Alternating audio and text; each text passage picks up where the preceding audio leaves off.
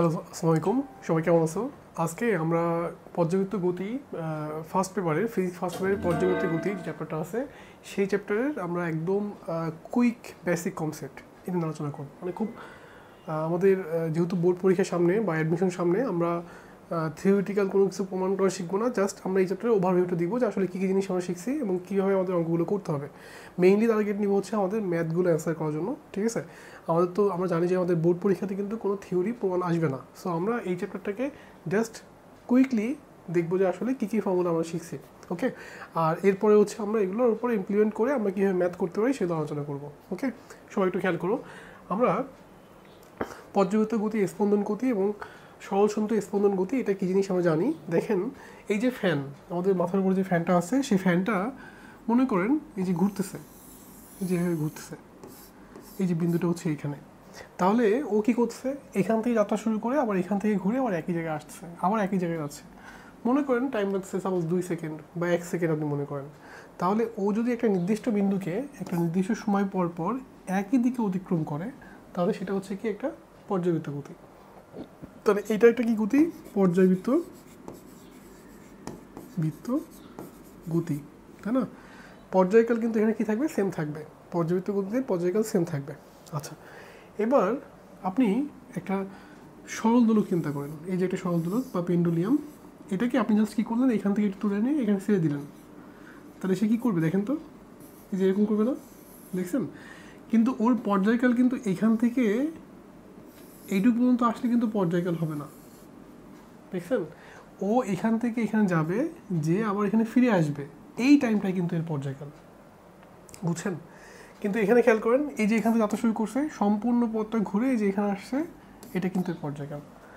তাহলে পর্যায়বর্তী গতির সাথে সরলসন্ধি স্পন্দনের পার্থক্যটা হচ্ছে যে এ সম্পূর্ণ ঘুরে এক জায়গায় আসবে, সম্পূর্ণ পর্যায়কালটা হচ্ছে তার একই দিকে হবে, কিন্তু এখানে পর্যায়কালের অর্ধেক সময় হচ্ছে একদিকে হবে, বাকি অর্ধেক সময় হচ্ছে আরেকদিকে হবে। তাহলে এটা হচ্ছে আমাদের কি স্পন্দন গতি। আরেকটা জিনিস খেয়াল করেন, আপনি যত উপরের দিকে উঠবেন তত ত্বরণের মানটা এর সরণের সমানুপাতিক এবং বিপরীতমুখী। সরণটা হচ্ছে কি? সাম্য অবস্থান থেকে কতটুকু দূরে আসে, এটাকে আমরা বলি সরণ। এইটা হচ্ছে সাম্য অবস্থান, এখানে x = 0, এই মাঝখানে জায়গাটা, এটা হচ্ছে কি সাম্য অবস্থান। যত তুমি উপরের দিকে যাবা তত ত্বরণের মানটা বাড়বে, কিন্তু সেটা হচ্ছে x এর বিপরীতমুখী, সমানুপাতিক কিন্তু সেটা বিপরীতমুখী, ঠিক আছে? এই কন্ডিশনটা আপনাকে মানতে হবে। আপনি যদি স্প্রিংয়ের কথা চিন্তা করেন, এই দেখেন একটা স্প্রিং, এই যে একটা স্প্রিংয়ের ক্ষেত্রে এটা মনে করেন সাম্য অবস্থান, x = 0। এখন আপনি যত এটাকে নিচের দিকে নিয়ে আসবেন, একটু টেনে ছেড়ে দিলে, x = মনে করেন এতে টেনে ছেড়ে দিলেন, তখন সে কী করবে? এই যে উপরে নিচে এরকম করবে, দেখছেন? এরকম করবে, এরকম করবে না? তাহলে এই পর্যায়কাল কিন্তু এখান থেকে এইটুকু গেলে কিন্তু পর্যায়কাল না, এখান থেকে এইটুকু যাবে আবার এখান থেকে ফিরে আসবে, এটাই হচ্ছে এর পর্যায়কাল। তাহলে এর পর্যায়কাল অর্ধেক সময় একদিকে যাবে, বাকি অর্ধেক সময় হচ্ছে আরেকদিকে যাবে। এটা হচ্ছে আমাদের স্পন্দন গতি বা সরলসন্ধি স্পন্দন গতি। তাহলে পর্যাবৃত্ত গতির সাথে এটা পার্থক্য হচ্ছে এই জায়গায়, এটা আমরা শিখছি। আচ্ছা, এবার দেখেন, আমরা সিম্পল হারমোনিক মোশন বা সরলসন্ধি স্পন্দনের একটা ডিফারেন্সিয়াল ইকুয়েশন আমরা প্রতিপাদন করব। আমরা শিখছিলাম যে একটা সরল দোলকের ক্ষেত্রে যে এ সমানুপাতিক হচ্ছে -x। সিম্পল হারমোনিক মোশনের ক্ষেত্রে ইকুয়েশন হচ্ছে এ সমানুপাতিক -x।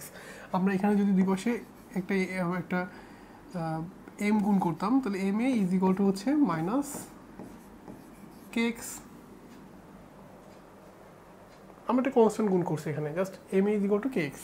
এইখান থেকে লেখা যায় যে এফ সমানুপাতিক কি -x অথবা f = -kx। এটা আমরা শিখছি কিন্তু দেখেন। আচ্ছা, এখান থেকে আমরা লিখতে পারি যে এম এ প্লাস kx = 0। এই কেটাকে আমরা কি বলবো? এই কেটা হচ্ছে আমাদের বল ধ্রুবক। এই কেটাকে আমরা কি বলবো? কেটা হচ্ছে আমাদের বল ধ্রুবক। আচ্ছা, এখন আমরা এখান থেকে একটু বলতে পারি কিনা দেখেন তো, যে আমরা জানি যে এক্সকে একবার ddx করলে কি পাওয়া যায়? dt করলে কি পাওয়া যায়?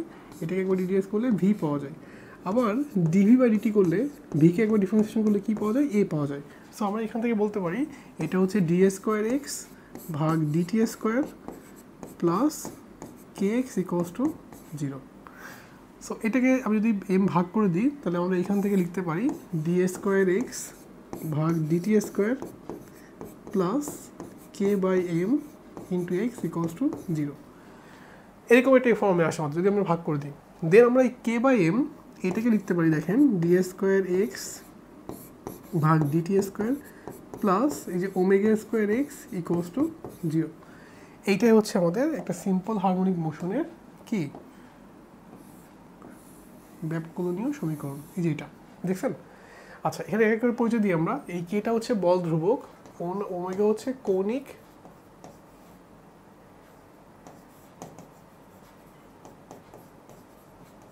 বেগ। যদি এটা ঘুরতো তাহলে আমি বলতাম কৌণিক কম্পাঙ্ক।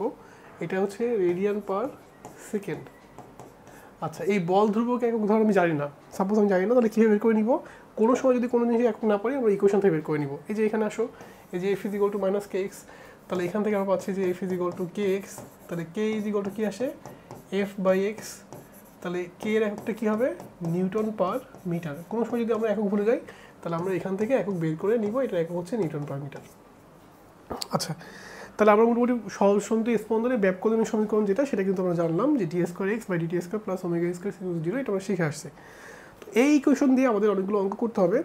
তার আগে একটা কতে কোশ্চেন থাকতে পারবে যে বল ধ্রুবক কাকে বলে, বল ধ্রুবক কাকে বলে, এরকম একটা কোশ্চেন আসতে পারে। বল ধ্রুবক কি, বা বল ধ্রুবক 20 নিউটন পার মিটার বলতে কি বোঝাও? তো তুমি সবসময় সংখ্যাটা এখান থেকে দিবা যে কে ইজ ইকুয়াল টু কি এফ বাই এম, তাই না? F by m, sorry f by x. যদি এফ বাই এক্স হয় তাহলে আমরা এখানে এক্সের জায়গায় 1 মিটার বসাই, এক্স ইজ ইকুয়াল টু 1 বসাই, তাহলে কে ইজ ইকুয়াল টু কী আসে এফ। তাহলে সংখ্যাটা তুমি দাও এখান থেকে যে 1 মিটার সরণের জন্য যে প্রত্যয়নী বলটা কাজ করে বা যে বলটা কাজ করে সেটাকে আমরা বলবো হচ্ছে বল ধ্রুবক। ঠিক আছে, জাস্ট 1 মিটার সরণের জন্য যে প্রত্যয়নী বল কাজ করে তাকে আমরা কি বলবো বল ধ্রুবক। প্রত্যয়নী বল কেন বললাম? কারণ যখন তুমি স্প্রিংকে টান দিবা, স্প্রিংটা কিন্তু ভাই রিভার্সের দিকে যাওয়ার চেষ্টা করবে, তো এটা একটা রিভার্স ফোর্স বা প্রত্যয়নী বল কাজ করবে। তুমি সরল দলের কথা চিন্তা করো, যখন সে উপরের দিকে উঠবে তখন তার সে সরণটা হচ্ছে উপরের দিকে, বাট তার প্রত্যয়নী বলটা কোন দিকে, নিচের দিকে না, সে নিচের দিকে যাওয়ার চেষ্টা করছে না। ওকে, তাহলে আমরা এই জিনিসটা একটু খেয়াল রাখবো। আচ্ছা, এবার আমরা আসি, আমাকে বলবে যে এই যে তুমি সরল সমীকরণে যে স্পন্দন পাইলা সেটা ইকুয়েশনটা হচ্ছে d square x by dt square plus এই যে omega square x equals to 0। এই যে সমীকরণটা, এই সমীকরণের সমাধান কি? তোমাকে একটু সমাধান বের করতে বলবে।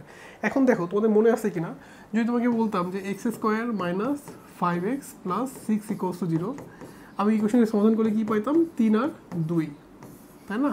আচ্ছা, 3 আর 2 যে সমাধান, এটা আমি কীভাবে প্রমাণ করতে পারি? আমি জাস্ট 3টা হচ্ছে এখানে বসায় দিব আর 2টা হচ্ছে এখানে বসায় দিব, দেখবো সে সিদ্ধ হয় কিনা। সিদ্ধ মানে কি 0 ইকুয়ালস টু 0 হয় কিনা। যদি সিদ্ধ হয় তাহলে আমি বলবো যে এটা একটা সমাধান, তাই তো নাকি? কোনো একটা সমীকরণের সমাধান প্রুভ করতে গেলে কি আমরা এই টেকনিকটা অ্যাপ্লাই করতে পারি না? দেখো তো, যে এক্সের যে মানটা আসছে সেই মানটা যদি আমি ইকুয়েশনে বসাই দেওয়ার পরে যে ভ্যালুটা আসবে সেই ভ্যালুটা যদি সিদ্ধ হয় তাহলে সেটা কি প্রমাণ হয়ে গেলো যে এটা একটা সমাধান। ঠিক একই কাজ আমরা এখানে করব। আমাদের এই কোশ্চেনটা আসবে যে এই সমীকরণের একটা সমাধান কি দেখাও। আমি ধরলাম এটা সমাধান হচ্ছে x is equal to a sine omega t. আমি আন্দাজে ধরলাম, কিন্তু আমি যদি ধরলাম আমাকে তো অবশ্যই এটা প্রুভ করে দেওয়া লাগবে, এটা তো এমনি এমনি হবে না। তাহলে কীভাবে প্রুভ করবো দেখেন, আমি জাস্ট এটাকে একবার ডিফারেন্সিয়েশন করি ডিএক্স বাই ডিটি। আপনাদেরকে ডিফারেন্সিয়েশন মনে আছে? দেখেন তো, আমরা এ থাকলো সাইন কী হয়ে যাবে কস ওমেগা টি, আর সামনে একটা ওমেগা আসবে। আচ্ছা, আমরা আরেকবার ডিফারেন্সিয়েশন করি, তাহলে ডি স্কোয়ার এক্স ভাগ ডিটি স্কোয়ার। দেখেন তো এটা কী পাচ্ছি আমরা, এই যে ওমেগা স্কোয়ার এ মাইনাস সাইন ওমেগা টি। দেখেন আমরা দুইবার ডিফারেন্সিয়েশন করে আমি ভ্যালু পেয়ে গেছি। আচ্ছা, এখন এই মানটা জাস্ট আমি এই ইকুয়েশনটার বাম পাশে বসায় দিই, লেফট হ্যান্ড সাইডে বসায় দিই, দেখি তো আমরা পাই কিনা। ডি স্কোয়ার এক্স মানে কী লিখবো বলেন, মাইনাস ওমেগা স্কোয়ার এ সাইন ওমেগা টি প্লাস ওইটা হচ্ছে ওমেগা স্কোয়ার এক্স, তাহলে ওমেগা স্কোয়ার এ সাইন ওমেগা টি। এই দেখেন ভাইয়া, আমরা জাস্ট সলভ করে 0 পাইলাম। তাহলে কি প্রমাণ হয়ে গেল যে এইটা হচ্ছে এই সমীকরণটা একটা সমাধান। এটা আমরা প্রুভ করে ফেলছি, দেখছেন? আমরা কিন্তু ইনডাইরেক্টলি প্রুভ করলাম যে আসলে এই সমীকরণটা হচ্ছে এই সমীকরণের একটা সমাধান। এখন তোমাকে যদি বলতাম যে না এটা না, তাহলে তুমি আমাকে এইটা সমাধান কী হবে সেটা বের করে দাও, যে x is equal to a cos omega t, এইটা একটা সমাধান, এটা প্রুভ করে দাও। তাহলে তুমি কি করবা, তুমি আবার সেই ইকুয়েশন চিন্তা করবা যে আমি ইকুয়েশনটা হচ্ছে কি ডি স্কোয়ার এক্স ভাগ dt square plus omega square x equals to 0। এই সমীকরণে আমি জাস্ট মানটা বসায় দিব, বসাতে দেখবো সে সিদ্ধ হয় কিনা। সিদ্ধ হলে আমি কী প্রমাণ করবো, যে এটা হচ্ছে এই সমীকরণের একটা সমাধান। আমাদের অনেকবারই এই কোশ্চেনটা আসছে যে দেখাও যে এই সমীকরণটি এই সমীকরণের একটা সমাধান। তো আমরা একটু প্রুভ করে দেখি আমরা পারি কিনা। আমরা এটাকে একবার ডিফারেন্সিয়েশন করি, তাহলে ডিএক্স বাই ডিটি সমস্যা হচ্ছে ওমেগা এ সাইন ওমেগা টি। আমরা আরেকবার ডিফারেন্সিয়েশন করি, তাহলে কি আছে দেখেন তো, এটা মাইনাস ওমেগা স্কোয়ার এ কজ ওমেগা টি। আচ্ছা, এটাকে লেখা যায় না যে মাইনাস ওমেগা স্কোয়ার ইন্টু হচ্ছে এক্স। জাস্ট এই ভ্যালুটা আমরা এই ইকুয়েশনে বসাই দিই। লেফট হ্যান্ড সাইডে যদি আমরা বসাই, দেখেন এটা আসে হচ্ছে আমাদের minus omega square x plus omega square x equals to 0। তার মানে প্রুভ হয়ে গেল যেটা হচ্ছে একটা সমাধান। এখন আমি যে এখানে সাইন ওমেগাটা লিখছি, বাট আপনাকে কোশ্চেনে কিন্তু আসতে পারে যে এক্স ইকুয়াল টু দেখাও যে এ sine omega t plus del. এইটা একটা সমাধান, একটা প্রুভ করো। একই জিনিস, জাস্ট এখানে ডেল দিবে। ডেলটা হচ্ছে কি এখানে, ডেল হচ্ছে এখানে দশা পার্থক্য, ডেল হচ্ছে দশা পার্থক্য, ঠিক আছে। আচ্ছা, এখানে তাহলে আমাদের কোশ্চেন আসতে পারে যে x is equal to a cos omega t plus del, এরকম আসতে পারে। সো একই জিনিস, ডেল থাকলে আমাকে একইভাবে করতে হবে। সো যেভাবে দিক না কেন আমরা বুঝলাম যে আসলে x is equal to a sine omega t plus del অথবা x is equal to a cos omega t হচ্ছে আমাদের একটা সমীকরণের সমাধান। আমরা কিন্তু এটা মোটামুটি বুঝে ফেললাম। আচ্ছা, এবার দেখেন আমাদের এখান থেকে বিভিন্ন জিনিসের রাশিমালা বের করতে বলবে, বেগ ত্বরণ বা সরণের রাশিমালা। তো এটা আমরা বের করব।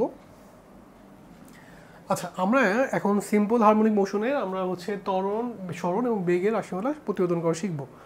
তো এখানে আমরা এগুলো মোটামুটি জানি। আমরা যদি একটা সরণের ইকুয়েশন আমরা দেখলাম একটু আগে, যে আমরা এখান থেকে দুইটা ইকুয়েশন পাইছিলাম, যে একটা হচ্ছে এক্স ইজ ইকুয়াল টু, তুমি যেটাই লিখো না কেন, আমি একটা যে কোনো একটা কিনে করতে পারি, x is equal to a sine omega t অথবা x is equal to a cos omega t, তুমি যেটা নিয়ে করতে কোনো কোনো সমস্যা নেই, একই জিনিসই আসবে। বাট আমি সাইন ওমেগা টি দিয়ে করলাম। আচ্ছা, এখানে দেখেন আমাদের ওমেগা টি প্লাস ডেল আছে, বাট আমরা ধরলাম যে আদি দশা এখানে 0, তাহলে জিনিসটা একটু স্মুথলি হবে আর কি, এই জন্য 0 ধরে নিলাম। তাহলে ধরে নিব যে x is equal to a sine omega t, এইটুকু ধরে নিব যে আদি দশা হচ্ছে এখানে 0।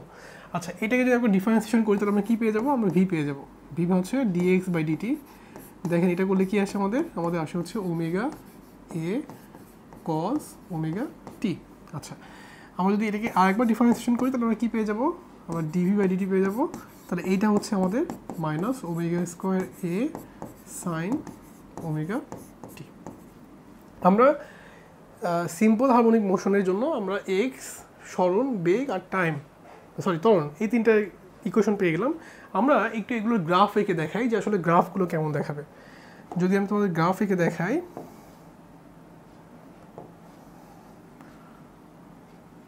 প্রথমে আমরা আসি হচ্ছে এক্স ভার্সেস টি, এই গ্রাফটা আঁকবো।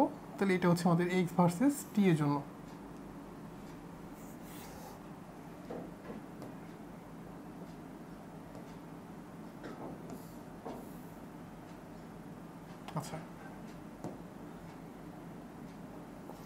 আচ্ছা, তারপরে গ্রাফটা হচ্ছে আমি ধরলাম ভি ভার্সেস টি এর জন্য।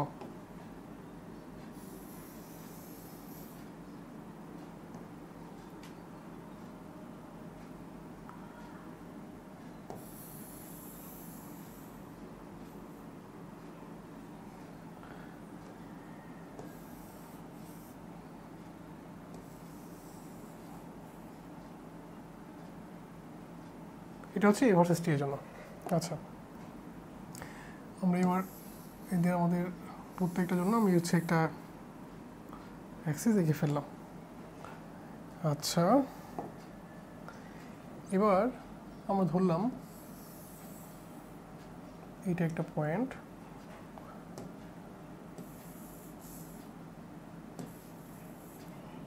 এটা একটা পয়েন্ট, এটা একটা পয়েন্ট, এটা একটা পয়েন্ট। হ্যাঁ, আমরা এইভাবে 4টা পয়েন্ট চিন্তা করলাম। আমরা আরও অনেক পয়েন্ট নিতে পারতাম, সমস্যা নেই।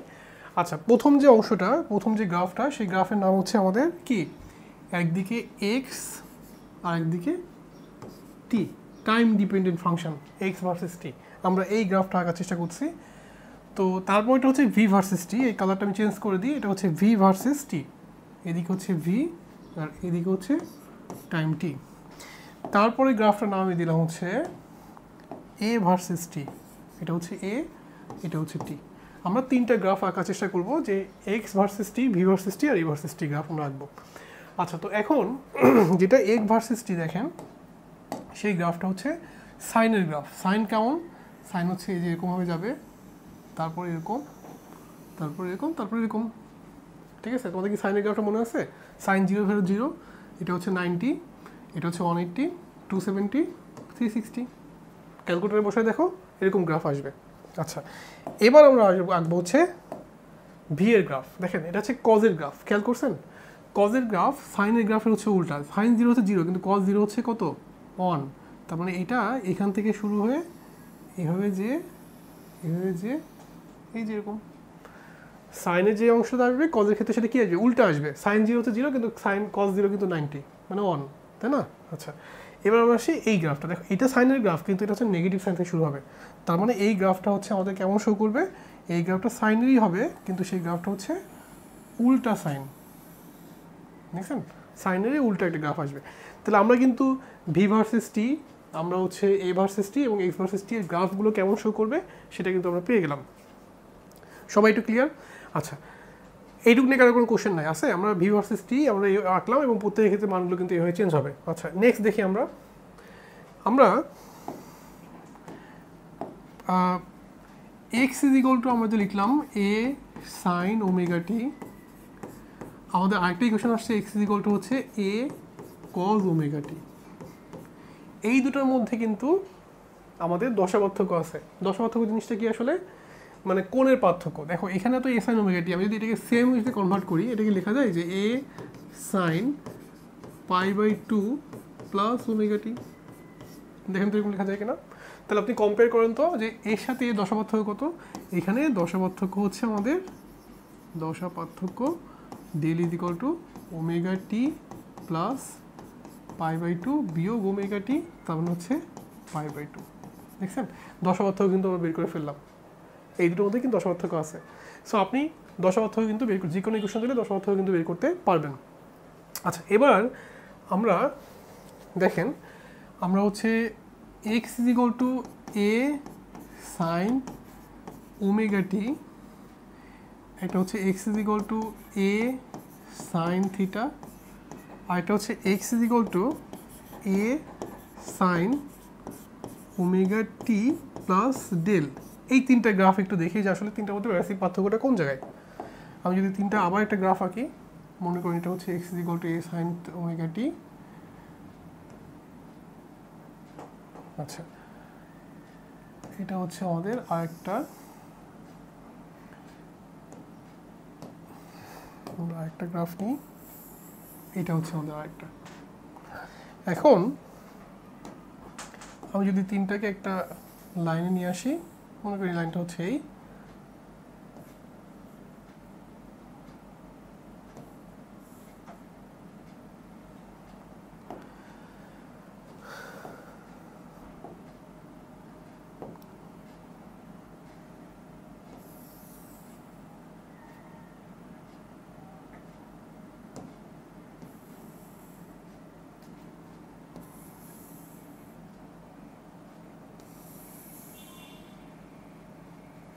ঠিক একই রকম দেখি আমরা x equal to a sine omega t, গ্রাফটা কেমন দেখাবে দেখেন।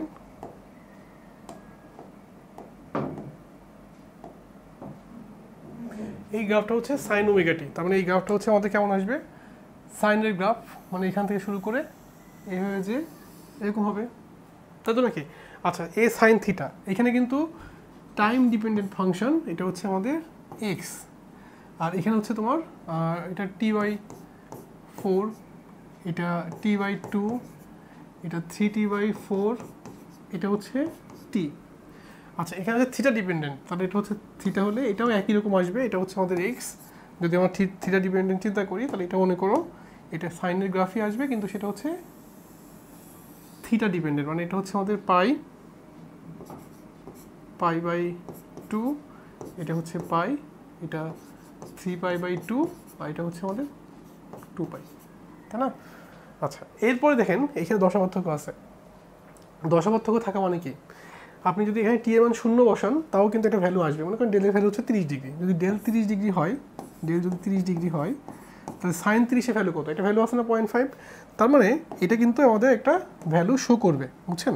এবং এটা হচ্ছে এরকম একটা জায়গা থেকে শুরু করবে এবং আগেই মানে এরকম একটা কিছু শো করবে না, আগে একটা ভ্যালু পাওয়া যাবে, দেখছেন? সো এই দুটোর মধ্যে পার্থক্যটা হচ্ছে যে এর সাথে এর একটা অ্যাঙ্গেলের পার্থক্য আছে, সেই অ্যাঙ্গেলের পার্থক্যটা হচ্ছে আমাদের দশা পার্থক্য। সো আমরা পুরোপুরি এটা বুঝতে পারলাম, এটা আমাদের নিয়ে কোনো ঝামেলা নেই। আমরা আমাদের সুবিধার জন্য সবসময় x = a sin ωt ধরেই করবো, তাহলে জিনিসটা একটু ইজি হবে। আচ্ছা, আমরা এবার একটু দেখি যে আমরা যে x = a sin ωt ইকুয়েশনটা শিখলাম, এখানে v সমান কি আসছে আমাদের ওমেগা a cos ωt। আমরা এখানে কিন্তু v এর সাথে t এর ডিপেন্ডেন্ট, তাই না? আমরা যদি এটাকে মডিফাই করি, আমাদের v সমান কি আসবে ওমেগা √a² বিয়োগ x²। দেখছেন এখানে কিন্তু ইকুয়েশনটা কি আসছে, v এর সাথে x, এখানে কিন্তু টাইম ডিপেন্ডেন্ট না, বাট এখানে কিন্তু টাইম ডিপেন্ডেন্ট। দেখছেন আমরা কিন্তু এটা টাইম ডিপেন্ডেন্ট একটা ফাংশন, আর এটা হচ্ছে টাইম ডিপেন্ডেন্ট, এটা হচ্ছে অবস্থান, মানে এক্স ডিপেন্ডেন্ট, স্পেস ডিপেন্ডেন্ট একটা ফাংশন হিসেবে এক্স হচ্ছে এটা। একইভাবে আমরা যদি চিন্তা করি যে এ সমান হচ্ছে কি -ω² a cos ωt, দেখেন এখানে এ হচ্ছে টাইম ডিপেন্ডেন্ট, বাট আমি যদি এখানে চিন্তা করি যে a = হচ্ছে আমাদের -ω² x। দেখছেন, তাহলে তোমাকে এটা দেখতে হবে যে এই ইকুয়েশনটা কেমন এবং এই ইকুয়েশনটা কেমন, এটা আমাদের জানতে হবে। আমরা কিন্তু দুটো গ্রাফ এঁকে ফেলছি, সো আমাদের এখন এই দুটো গ্রাফ আঁকতে হবে। এই দুটো গ্রাফ কিন্তু আমাদের আগে আঁকা হয়ে গেছে, আমরা এখন এই দুটো গ্রাফ আঁকবো। তো এই দুটো গ্রাফ আঁকতে গেলে দেখি আমরা, আমাদের v = হচ্ছে ওমেগা √a² বিয়োগ হচ্ছে x²। এটাকে যদি মডিফাই করি আমরা, তাহলে v² = হচ্ছে ওমেগা² a² বিয়োগ হচ্ছে x²। আরও সুন্দর করে লিখলে আমরা v²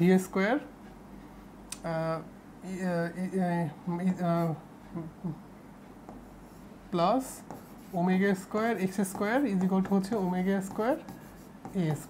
তাহলে আরও সুন্দর করে লিখে আমরা, দেখেন v² ভাগ ওমেগা² a² প্লাস x²/a² = 1। তোমাদের কি মনে আছে যে x²/a² প্লাস y²/b² হচ্ছে 1? এটা কিসের ইকুয়েশন মনে আছে তোমাদের? এটা হচ্ছে উপবৃত্ত, মনে পড়ে? দেখো তো, আমরা কিন্তু উপবৃত্ত আঁকছিলাম, আমাদের কিন্তু এগুলো পিচ্চিকালে ছিল, দেখেন তো মনে পড়ে কিনা? এই যে একটা উপবৃত্তের ইকুয়েশন, যে এরকম টাইপের, মনে পড়ছে? সো এটা হচ্ছে একটা অ্যাক্সিস, আর এটা হচ্ছে আরেকটা অ্যাক্সিস, মনে পড়ছে? তো আমরা এই ইকুয়েশন থেকে দেখতে পাচ্ছি, দেখো তো এটা উপবৃত্ত হিসেবে আসছে কিনা, আসছে। তাহলে এটা হচ্ছে একটা কি উপবৃত্তকার শেপ, আমাদের একটা ইকুয়েশন আসছে। সো আমরা এইটার গ্রাফও কিন্তু এঁকে ফেললাম। তোমাদের কোশ্চেন আসতে পারে, দেখাও যে এই ইকুয়েশনটি হচ্ছে একটি উপবৃত্তকার, এরকম বলতে পারে, খতে কোশ্চেন থাকতে পারে। তাহলে আমরা কি শেপ দেখে বুঝতে পারলাম না? দেখেন তো, এই যে x²/a² প্লাস y²/b² হয়ে যাচ্ছে এটা। এখানে x হচ্ছে আমাদের এক্স অ্যাক্সিস আর v হচ্ছে এখানে ওয়াই অ্যাক্সিস। তাহলে আমরা কিন্তু এটা v এর সাথে আমরা স্পেস ডিপেন্ডেন্ট একটা ফাংশনের গ্রাফ এঁকে ফেললাম। আচ্ছা, এবার আমাদের আরেকটা রাখতে হবে, সেটা হচ্ছে a = কি -ω² x। আচ্ছা, এখন এটা তো তোমাকে দেখে বুঝতে হবে যে আসলে গ্রাফটা কিসের নাম, a ভার্সেস x, তাই না? আগে আসছে আমরা কি v ভার্সেস x, তাহলে এটা ধরলাম হচ্ছে a, এটা ধরলাম হচ্ছে আমরা a, আর এটা ধরলাম হচ্ছে আমরা x। গ্রাফ আঁকার নিয়ম আমরা শিখছি, দেখেন যেটাকে ওয়াই অ্যাক্সিস, এটাকে আমি y ধরলাম, এটাকে আমি হচ্ছে x ধরলাম, তাহলে এবার এটা আসে হচ্ছে y = -mx। দেখছেন? তাহলে যদি -mx হয়, তাহলে গ্রাফটা কেমন শো করবে বলেন? গ্রাফটা কেমন শো করবে? গ্রাফটা হচ্ছে এই যে এরকম শো করবে, এই যে এরকম শো করবে। যদি এরকম শো করে, তাহলে এই গ্রাফের এইখান থেকে এতটুকু হচ্ছে আমাদের,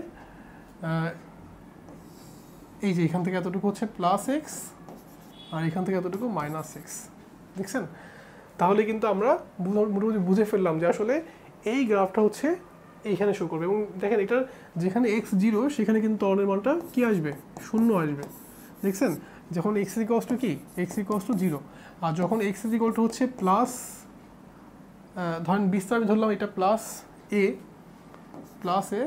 এটা হচ্ছে মাইনাস এ, তাহলে প্লাস এ যখন হবে তখন আমাদের ত্বরণটা কিন্তু নেগেটিভ, এবং সেক্ষেত্রে হচ্ছে এ মিনিমাম মাইনাস ওমেগা স্কোয়ার এ, ঠিক আছে? ম্যাক্সিমাম মানটা হচ্ছে ম্যাক্সিমাম, কিন্তু নেগেটিভ ত্বরণ, দেখছেন? তাহলে কিন্তু আমরা এই গ্রাফটা এঁকে ফেললাম। এটা হচ্ছে আমাদের কি এ এর সাথে এক্স এর ডিপেন্ডেন্ট একটা ফাংশন, যে ফাংশনটা আমরা এঁকে ফেলছি। আচ্ছা, তাহলে আমাদের মোটামুটি গ্রাফ নিয়ে সমস্যা নেই। এখন আমরা আসি হচ্ছে পটেনশিয়াল এনার্জি, কাইনেটিক এনার্জি এবং টোটাল এনার্জি, এই ইকুয়েশনগুলো কেমন দেখাবে। আচ্ছা, আমরা যদি ইকুয়েশন চিন্তা করি আবার, এক্স ইজ ইকুয়াল টু হচ্ছে এ সাইন ওমেগা টি। আচ্ছা, আমি একটু আবার বলি যে আমি কিন্তু x is equal to a sine omega t ধরে সবগুলো করছি, বাট তোমরা কিন্তু বাসায় x is equal to a cos omega t ধরে সবগুলো প্রুভ করবা, মানে ভি প্রুভ করবা, এ প্রুভ করবা, ইপি ইকে সবগুলোর ইকুয়েশন নিয়ে আসবা, ঠিক আছে? আমি জাস্ট এটা তোমাকে করে দেখাচ্ছি, ওটা হোমওয়ার্ক দিচ্ছি আমি, ঠিক আছে? কারণ কোশ্চেন এটা না আসতে ওটাও আসতে পারে, সো এটা খেয়াল রাখবা। আচ্ছা, নেক্সট আসি আমরা পটেনশিয়াল এনার্জি ইপি। দেখেন ইপি ইজ ইকুয়াল টু কি বলুন তো, হাফ কে এক্স স্কোয়ার। আচ্ছা, জাস্ট ভ্যালু বসে আমরা এখানে half k a square sine square omega টি। আমরা ইপি এর ভ্যালুটা কিসে পাইছি? আমরা ইপি এর ভ্যালুটা পাইছি কিন্তু এক্স এর ফাংশনও পাইছি, আবার টাইম ডিপেন্ডেন্ট ফাংশনও পাইছি, দুটো ফাংশনে কিন্তু পাইছি আমরা। এখন এই দুটো ফাংশনই আমরা গ্রাফ আঁকবো। যখন আমরা ইপি ইজ ইকুয়াল টু এই গ্রাফটা আঁকবো, যখন আমরা ইপি ইজ ইকুয়াল টু হচ্ছে এই গ্রাফটা আঁকবো, দেখেন এই গ্রাফটা, এটা কিন্তু ইপি এর সাথে কিসের ডিপেন্ডেন্ট? এটা ইপি এর সাথে কিন্তু টাইম ডিপেন্ডেন্ট, দেখছেন? Time dependent. তাহলে টাইম ডিপেন্ডেন্ট যদি হয়, তাহলে এটা হচ্ছে সাইনের গ্রাফ, আমি চিন্তা করলাম এটা সাইনের গ্রাফ, দেন হচ্ছে এটা আমাদের এটা। এখন এই টাইম ডিপেন্ডেন্ট যেহেতু হয়েছে সে, সো আমি এটার গ্রাফটা হচ্ছে সাইন স্কোয়ার। তাহলে এটা কেমন দেখাবে? স্কোয়ার মানে হচ্ছে সাইনের কোনো নেগেটিভ ভ্যালু কিন্তু এখানে আসবে না, সবই কি আসবে? পজিটিভ আসবে, দেখছেন? সাইন স্কোয়ার যেহেতু সবগুলো কি আসবে? পজিটিভ ভ্যালু আসবে। তাহলে আমরা এদিকে হচ্ছে ইপি, এদিকে হচ্ছে আমরা ইপি লিখলাম, আর এইদিকে হচ্ছে আমরা টাইম ডিপেন্ডেন্ট ফাংশন টি দিলাম, দেখছেন? তাহলে কিন্তু আমরা এই কোশ্চেনটা পেয়ে গেছি। আচ্ছা, এবার আমাদের কোশ্চেনটা হচ্ছে টাইম ডিপেন্ডেন্ট না, আমাদের হচ্ছে এক্স ডিপেন্ডেন্ট ফাংশনের গ্রাফ আঁকতে হবে। ইপি ইজ ইকুয়াল টু হচ্ছে হাফ কে এক্স স্কোয়ার, ইপি এর সাথে এক্স এর গ্রাফ আঁকতে হবে। তাহলে আমরা আমাদের আবার একটা গ্রাফ নিই, এইদিকে আমরা চিন্তা করলাম হচ্ছে এটা হচ্ছে এক্স, আমরা হচ্ছে আবার নিই এটা আমার হচ্ছে ওয়াই। এখন এই দুটো ফাংশনের মধ্যে আমাকে খেয়াল করতে হবে যে এখানে হচ্ছে এক্স এর ভ্যালু, এখানে হচ্ছে এক্স ইকুয়ালস টু 0, আর যদি আমি এখানে চিন্তা করি তাহলে এটা হচ্ছে এক্স ইকুয়াল টু হচ্ছে প্লাস এ সর্বোচ্চ বিস্তার, আর এখানে হচ্ছে এক্স ইকুয়াল টু কি মাইনাস এ, তাই তো? আচ্ছা, এবার দেখেন তো, আমি যখন 0 বসাবো তখন ইপি মানটা কি আসবে? 0 আসবে না? 0 আসবে। আচ্ছা, আমি যদি যখন এক্স এর ভ্যালু এ বসাবো তখন এটা কি আসবে? এটা ম্যাক্সিমাম ভ্যালু শো করবে না, এটা হচ্ছে হাফ এ স্কোয়ার, এ কোয়ার জায়গায় শো করবে না।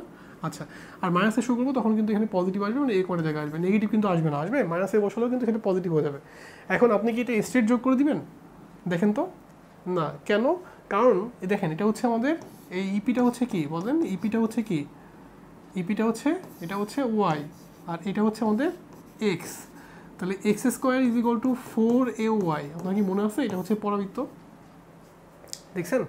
তাহলে ইপি যদি এটা হয়, এটা যদি হয়, তাহলে এখানে এক্স স্কোয়ার আসবে। তাহলে সেক্ষেত্রে আমাদের ইকুয়েশনটা হচ্ছে x square equal two 4ay, এরকম টাইপের থাকবে। আমি কিন্তু আপনাদের গ্রাফের উপরে একটা ক্লাস নিছি, সো আপনারা খুব গ্রাফগুলো খুব ভালোভাবে বুঝবেন। এই ক্লাসের মধ্যে আমি আলোচনা করছি, সো আপনারা এই গ্রাফটা একটু দেখেন, এটা কিন্তু পরাবৃত্ত। সো এটা কিন্তু আপনার এই যে এরকম শেপের আসবে, দেখছেন? এই যে এরকম শেপে আসবে। তাহলে কিন্তু আমি ইপি এর সাথে এক্স ডিপেন্ডেন্ট ফাংশনের গ্রাফ এঁকে ফেললাম, আমি ইপি এর সাথে টাইম ডিপেন্ডেন্ট ফাংশনের গ্রাফ এঁকে ফেললাম। দুটো গ্রাফই কিন্তু আমাদের কাছে আঁকা শেষ। আপনারা বাসায় কী করবেন? বাসায় হচ্ছে x is equal to a sine omega t না, আপনি x is equal to a cos omega t এর জন্য এই ফাংশনটা আমাকে বের করে দিবেন। এটা হোমওয়ার্ক, ঠিক আছে? আমাকে কমেন্ট বক্সে জানাবেন, বা কোনো প্রবলেম হলে আমাকে ওই নাম্বারে হোয়াটসঅ্যাপে জানাবেন যে এই সমস্যাটা হয়েছে, আমি তখন রিপ্লাই দিব। ওকে, আচ্ছা, নেক্সট দেখেন, আমরা এবার আসি গতিশক্তি ইকে।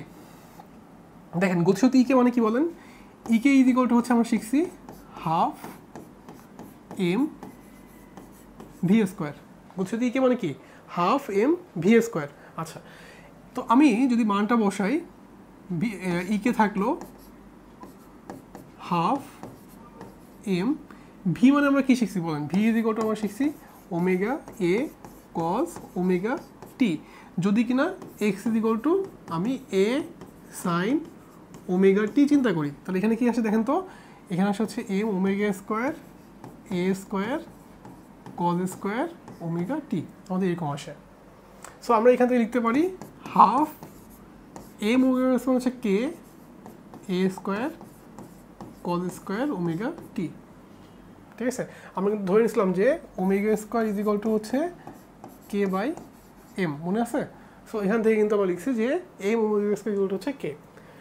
তাহলে আমাদের ইকে কিন্তু একটা ফাংশন আসছে হচ্ছে ইকে ইজ ইকুয়াল টু হচ্ছে এরকম, সেটা হচ্ছে টাইম ডিপেন্ডেন্ট। আমরা একটু এই ফাংশনটাকে আবার এক্স ডিপেন্ডেন্ট করতে যাচ্ছি, তাহলে সেক্ষেত্রে আমরা কী করবো দেখেন তো?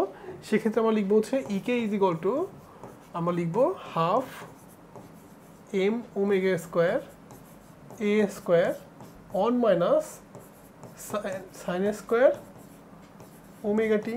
সো এখান থেকে আমাদের আসে half k a square minus এই যে এক্স স্কোয়ার। দেখেন তো এরকম আসে কিনা, কারণ এক্স ইজ ইকুয়াল টু হচ্ছে এ সাইন ওমেগা টি। সো আমরা এখান থেকে কিন্তু এরকম বলতে পারছি। দেখেন তো সবাই এটা বুঝছেন কিনা? আচ্ছা, এবার আমরা ইকে যে ইকুয়েশনটা পাইছি, ইকুয়েশনটা পাইলাম, এই ইকুয়েশনটাকে আমরা দুইটা গ্রাফ আঁকার চেষ্টা করবো। একটা হচ্ছে ইকে এর সাথে টাইম ডিপেন্ডেন্ট ফাংশনের, আর একটা হচ্ছে আমরা আঁকবো ইকে এর সাথে স্পেস ডিপেন্ডেন্ট ফাংশনের। ঠিক আছে, একটা গ্রাফ আঁকবো আমরা, এখানে একটা গ্রাফ আঁকবো, এটা হচ্ছে আমাদের টাইম ডিপেন্ডেন্ট আর এটা হচ্ছে আমাদের এক্স ডিপেন্ডেন্ট। আচ্ছা, তো একটু দেখেন সবাই, আমরা এইখানে দেখতে পাচ্ছি এইদিকে হচ্ছে আমাদের ইকে, এই যে আমরা ইকে লিখে দিলাম, আর এইদিকে হচ্ছে আমাদের টাইম। এখানে ইকুয়েশন কিন্তু তোমাকে বলে দিচ্ছে যে ইকুয়েশন হচ্ছে কজ স্কোয়ার। কজ স্কোয়ার হলে কেমন হয় বলেন তো? নেগেটিভ দিকে কি যাবে? কজ স্কোয়ার ভ্যালু সবসময় কী আসবে? পজিটিভ আসবে না? তার মানে এখান থেকে যদি শুরু করে দেন এরকম, তারপরে এরকম, তারপরে এরকম, দেখেন এখানে কিন্তু নেগেটিভ দিকে কোনো ভ্যালু নাই, সবগুলো কি পজিটিভ। তাহলে আমরা দেখলাম যে ইকে এর সাথে টি এর ডিপেন্ডেন্ট ফাংশন হচ্ছে এরকম। এখন যদি আমরা এখানে আসি, এখানে হচ্ছে এক্স ইকুয়ালস টু 0, এখানে হচ্ছে x is equal to plus a, আর এখানে হচ্ছে x is equal to minus a. একটা হচ্ছে সর্বোচ্চ বিস্তার, একটা হচ্ছে সর্বনিম্ন বিস্তার, তাই না? আর একটা হচ্ছে এক্স ইকুয়ালস টু 0। এখন তুমি এখানে এক্স ইকুয়ালস টু 0 বসাও, দেখো তো ইকে এর ভ্যালু কি ম্যাক্সিমাম পাওয়া যাচ্ছে না? এই যে এরকম জায়গায় পাওয়া যাচ্ছে ম্যাক্সিমাম ভ্যালু, কারণ তুমি এখানে এক্স সমান 0 বসাও, ইকে মানে হাফ কে এ স্কোয়ার। আচ্ছা, এবার এখানে এ বসাও বা মাইনাস এ বসাও, ইকে এর ভ্যালু কি আসবে? 0 আসবে, আর এখানে কি আসবে? 0 আসবে, দেখছেন? আচ্ছা, এখন এই ফাংশনটা কিসের ফাংশন? এক্স এর সাথে ইকে। এটা হচ্ছে এদিকে যদি আমরা ইকে দিই, এদিকে যদি আমরা এক্স দিই, তাহলে এটা কিন্তু সেই পরাবৃত্ত টাইপের ফাংশন, দেখছেন? কেন y is equal to something into x square, এরকম টাইপের ফাংশন কিন্তু, খেয়াল করেন, তাই না? তাহলে সেক্ষেত্রে এই ফাংশনটা হচ্ছে পরাবৃত্ত হবে, এবং এটা এই যে এরকম, যে এই যে এরকম হবে। দেখেন আমরা কিন্তু পরাবৃত্ত গ্রাফ এঁকে ফেললাম। তাহলে এটা হচ্ছে টাইম ডিপেন্ডেন্ট ফাংশন, আর এটা হচ্ছে অবস্থান বা এক্স ডিপেন্ডেন্ট ফাংশন, যেটা গ্রাফ কিন্তু আমরা এঁকে ফেললাম। ওকে, আপনার বাসার কাজ হচ্ছে আমি x is equal to a sine omega t দিয়ে করছি, আপনি আমাকে এক্স ইজ ইকুয়াল টু হচ্ছে এ কজ ওমেগা টি, এইটা ধরে আমাকে দেখাবেন যে আসলে এইটার এই ইকের ফাংশন কী আসে, টাইম ডিপেন্ডেন্ট ফাংশন কী আসে, এবং এক্স ডিপেন্ডেন্ট ফাংশনটা কী আসে। ওকে, সবাই বুঝতে পারছি? আচ্ছা, নেক্সট কোশ্চেনে যাই আমরা মোট শক্তি বের করবো। এবার আমরা এতক্ষণ বের করছি, এটা হচ্ছে ইপি ইজ ইকুয়াল টু আমাদের আসছে হচ্ছে হাফ কে এক্স স্কোয়ার। আচ্ছা, আমরা ইকে বের করছি, ইকে ইজ ইকুয়াল টু আমাদের আসছে এক্স ডিপেন্ডেন্ট ফাংশনটা হচ্ছে হাফ কে এ স্কোয়ার বিয়োগ এক্স স্কোয়ার। আচ্ছা, আমরা যোগ করলে মোট শক্তি পেয়ে যাবো। মোট শক্তি ইজ ইকুয়াল টু কী বলেন? ইপি প্লাস ইকে। তাহলে এখান থেকে আসে হচ্ছে হাফ কে এই যে স্কোয়ার, দেখছেন? এইটা হচ্ছে আমাদের ইটি, টোটাল এনার্জি। আমরা কি পাইলাম? আমরা এখান থেকে মোট শক্তিটা বের করে ফেললাম, ইজ ইকুয়াল টু হচ্ছে হাফ কে এস স্কোয়ার। এখন দেখেন আমরা এই গ্রাফটা কেন ইম্পর্টেন্ট, এই যে এই গ্রাফটা এবং এই গ্রাফটা, এই দুটো গ্রাফকে যদি আমরা কম্বাইন করি আমাদের কেমন দেখায় দেখেন তো।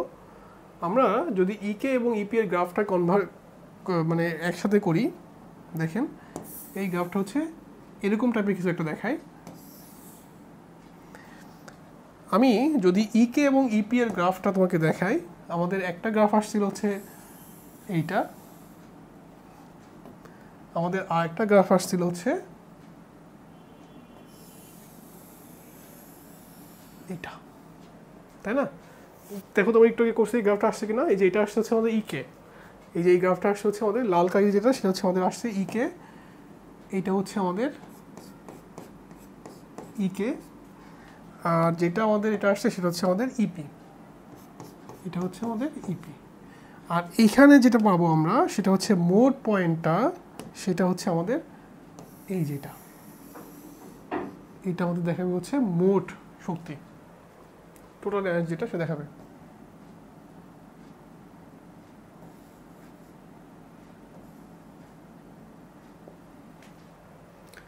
একটু বেকাচল হয়ে গেছে, বাট আপনারা বুঝছেন কিনা দেখেন, এই যে এটা হচ্ছে মোট। এখন এই গ্রাফটা মনে করো সাপোজ এখানে হচ্ছে আমাদের এক্স ইকুয়ালস টু 0, এখানে হচ্ছে x is equal to plus a, আর এখানে হচ্ছে x is equal to minus a, সর্বোচ্চ বিস্তার সর্বনিম্ন বিস্তার। তুমি যে কোনো পয়েন্টে তুমি এখানে মোট শক্তি বের করে ফেলতে পারবা। কীভাবে দেখো, তুমি যদি এই গ্রাফের এইটুকু চিন্তা করো, এই যে এইটুকু চিন্তা করো, তাহলে এইটুকু হচ্ছে আমাদের কি, এইটুকু হচ্ছে আমাদের মনে করো এই পয়েন্টটা, এই পয়েন্টে এইটুকু হচ্ছে আমাদের, এইখান থেকে এতটুকু হচ্ছে আমাদের ই পি। আচ্ছা, এইখান থেকে এইটুকু যা, এইখান থেকে এইটুকু তাই, এই যে এইটুকু যায়, এটুকু আমরা কি বলবো, এটা হচ্ছে আমাদের ইপি, বুঝছেন? আচ্ছা, আর এই গ্রাফের এইখান থেকে এতটুকু হচ্ছে আমাদের ইকে।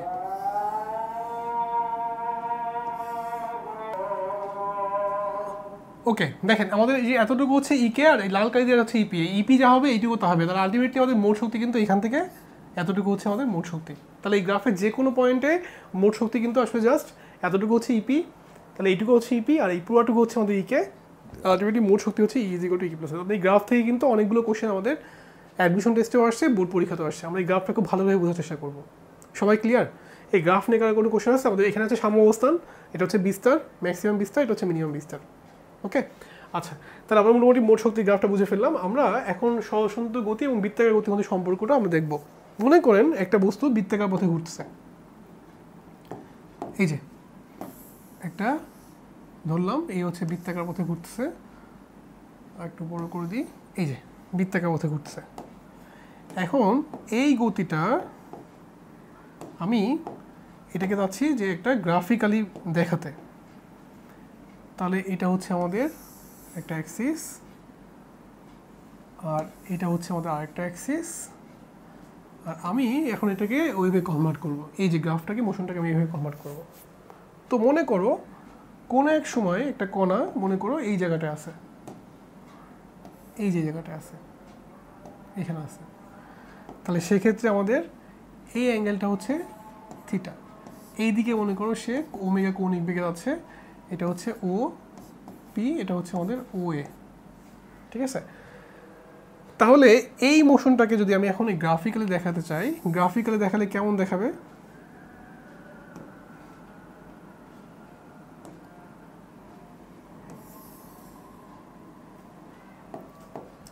দেখো, যখন পি পয়েন্টে এখানে আছে, যখন পি পয়েন্টে কোথায় আছে, এখানে আছে, পি পয়েন্ট কিন্তু কন্টিনিউয়াসলি জায়গা চেঞ্জ করবে, তাই না? তাহলে আমি ধরলাম এটা হচ্ছে এরকম একটা জায়গা আছে, আচ্ছা, তারপরে ধরলাম এরকম একটা জায়গা থাকতে পারে, তাই না? আচ্ছা, তারপরে সে এরকম একটা জায়গায় থাকতে পারে, তারপরে সে জিরোতে আসতে পারে। তাহলে আমি যদি এই পয়েন্টগুলো চিন্তা করি, তার মোশনের পয়েন্টগুলো দেখো, সে কী করছে, কন্টিনিউয়াসলি কিন্তু তার জায়গা চেঞ্জ করছে, একবার এখানে, একবার এখানে, একবার এখানে, একবার এখানে, একবার হচ্ছে এখানে, দেখছো বিভিন্ন জায়গায়। প্রথমে সে সাম্যাবস্থান থেকে শুরু করছে, আস্তে আস্তে করছে, এবং সে ম্যাক্সিমাম অবস্থানে আসছে, আবার সে সাম্যাবস্থানে আসছে, আবার সে মিনিমাম অবস্থানে গেছে। তাহলে এইভাবে কিন্তু কন্টিনিউয়াসলি চেঞ্জ হচ্ছে। তাহলে যদি আমি এই মোশনটাকে একটা গ্রাফিক্যালি দেখাই, দেখো তোমার গ্রাফটা এরকম শো করবে না? দেখো তো এরকম শো করবে না? এই যে আমরা কিন্তু এই মোশনটা পেয়ে গেলাম যে x is equal to a sine theta অথবা এ সাইন ওমেগা টি। তাহলে আমরা এই বৃত্তাকার গতিকে আমরা কী করলাম, সিম্পল একটা হারমোনিক মোশনে কনভার্ট করে নিলাম, ঠিক আছে? সেটা হচ্ছে এরকম। তাহলে এই বৃত্তাকার গতিটা কিন্তু একটা সিম্পল হারমোনিক মোশন। তুমি যদি এই কণাটার কথা চিন্তা করো, এই কণাটা কিন্তু একবার চূড়ায় উঠতেছে, আবার মিনিমাম অবস্থানে যাচ্ছে, দেখছে, এবং মাঝখানে সাম্যাবস্থানে আসতেছে। তাহলে এটা হচ্ছে আমাদের স্পন্দন গতি এবং বৃত্তাকার গতির মধ্যে গ্রাফিক্যালি যে সম্পর্ক, সেটা হচ্ছে এটা। সবাইকে বুঝতে পারছি? আচ্ছা, এবার দেখি আমরা সরল দোলকের গতি। সরল দোলক তো আমরা সবাই দেখছি, আমাদের প্র্যাকটিক্যালি করানো হয়েছে। জাস্ট একটা সুতো দিয়ে বেঁধে দিলে, একটা ববকে বেঁধে দিলে, ঝুলা দিলে, সে হচ্ছে কী হবে, একটা সরল দোলক তৈরি করবে। তাহলে আমি মনে করলাম যে এটা হচ্ছে একটা পয়েন্ট, যেখান থেকে আমি একটা ববকে ঝুলা দিচ্ছি, এটা হচ্ছে সুতা, এটা হচ্ছে সেই বব, এটা হচ্ছে আর ববের ব্যাসার্ধ, আর সুতাটা হচ্ছে এখান থেকে এতটুকু এল। তাহলে তাহলে আমাদের সরল দোলকের ক্ষেত্রে আমরা যদি বলি কার্যকরী দৈর্ঘ্য এল হচ্ছে এল প্লাস আর। এই আরটা হচ্ছে কি ববের ব্যাসার্ধ, তাই না? আমরা শিখে আসছি ববের ব্যাসার্ধ, বাট আমরা একটু পরে দেখব যে আসলে আরটা কিন্তু ববের ব্যাসার্ধ হবে না। আরটা হচ্ছে ঝুলন বিন্দু থেকে, মানে যেখানে তুমি টাচ করবা সেখান থেকে ববের ভর কেন্দ্রের দূরত্ব। আমরা একটু পরে এটা দেখবো, বাট এখন আমরা মনে রাখি যেটা হচ্ছে ববের ব্যাসার্ধ, যেটা আমরা শিখছি। সো আমরা ইকুয়েশনটা কি জানি, টি ইজ ইকুয়াল টু কি বলতো, 2π√L/g। এই ইকুয়েশন থেকে কিন্তু আমরা সলভ করলে ইজিলি মান বের করে ফেলতে পারবো। এটা হচ্ছে সরল দোলকের ক্ষেত্রে বেসিক ইকুয়েশন। কিন্তু আমাদের যদি কোশ্চেনটা এরকম থাকে, দেখেন আমি এটা আমাদের বোর্ডে কোশ্চেন আসছে অনেকবার, ধরলাম যে একটা সরল দোলক, 3টা সরল দোলক আমি আঁকি। মনে করেন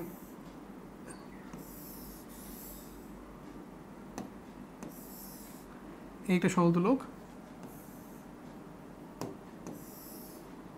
এইটা সরল দোলক,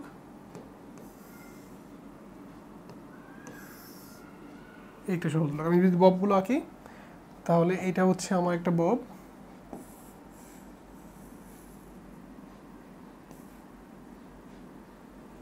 আচ্ছা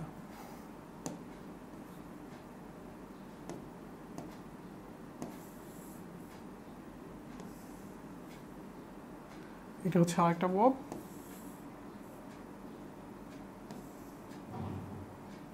এটা হচ্ছে। এখন আমরা 3টে সরল দোলক আঁকছি, খুব ভালো করে খেয়াল করেন। এই সরল দোলকটা হচ্ছে আমাদের এখানে, এই সরল দোলকটা হচ্ছে এখান থেকে ঝুলানো, এবং এটা হচ্ছে সম্পূর্ণ খালি।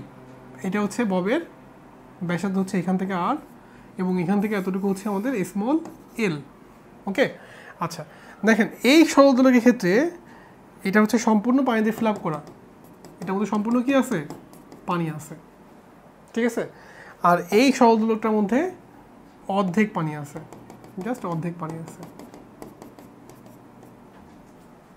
খেয়াল করো, সবাই খেয়াল করো, 3টে সরল দোলক, একটা সম্পূর্ণ খালি, এটা হচ্ছে সম্পূর্ণ খালি, এটা হচ্ছে পানি দ্বারা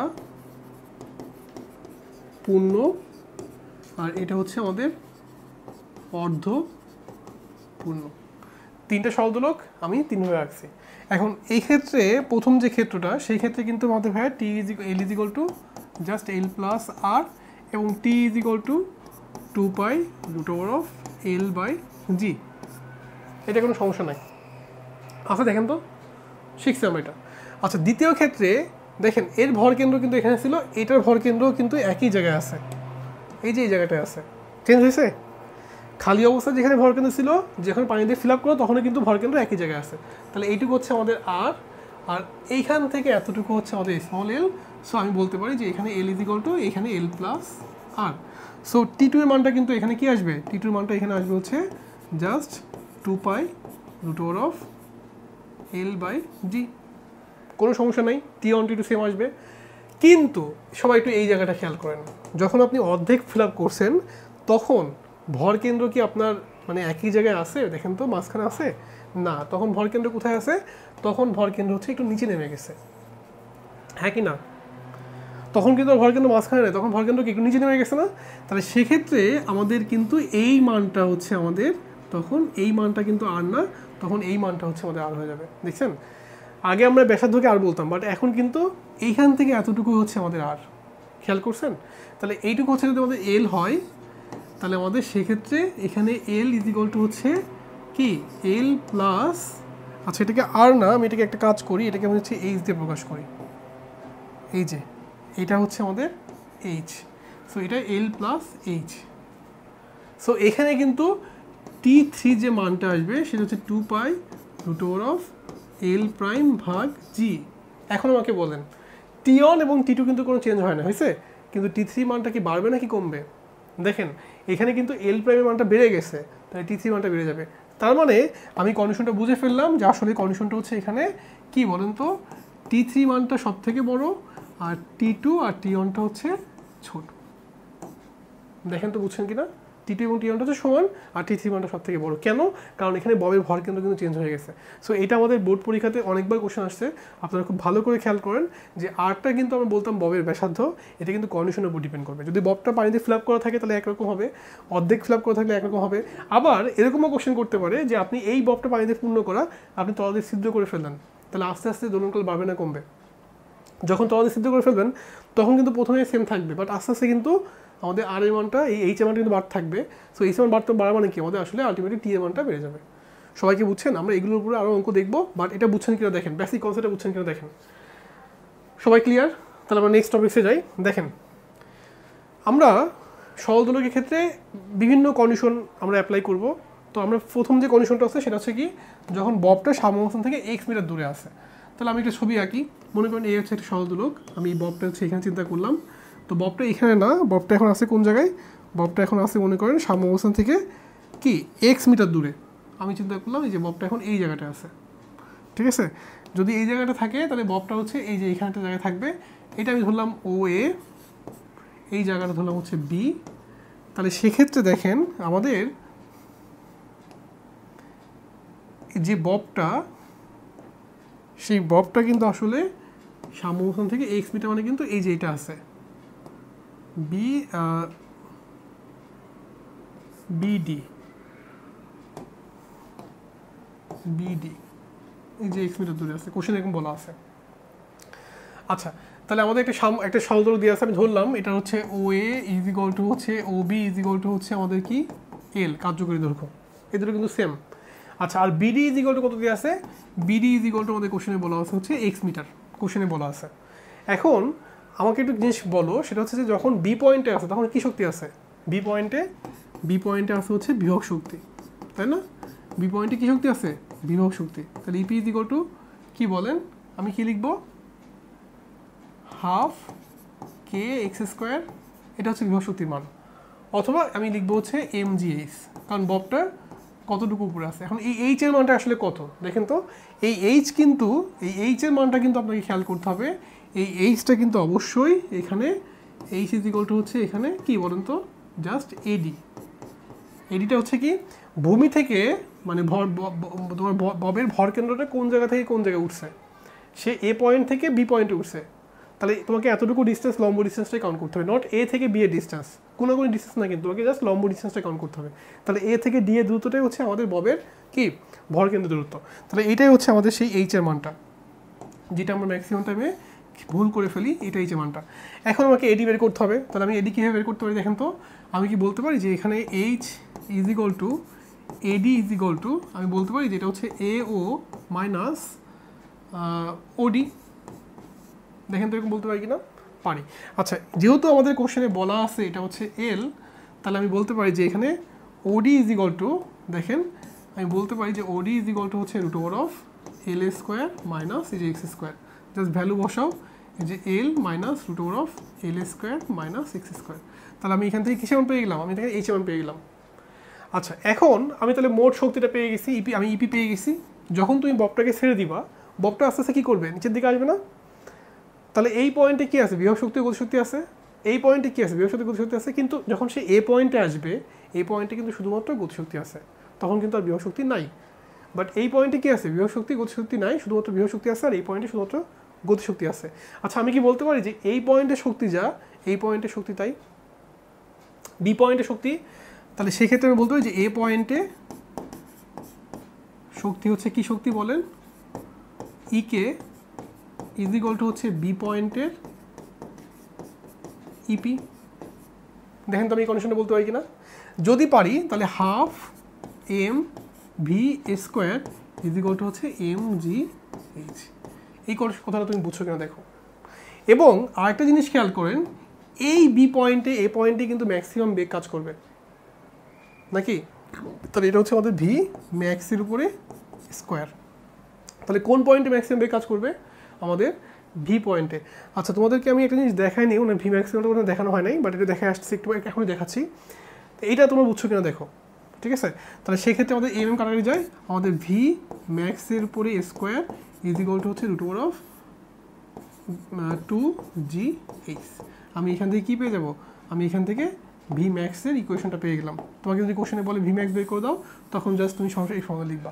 আর এইচটা কীভাবে বের করবা? এই যে এইচটা বের করার ফর্মুলা হচ্ছে আমাদের এইটা, ঠিক আছে?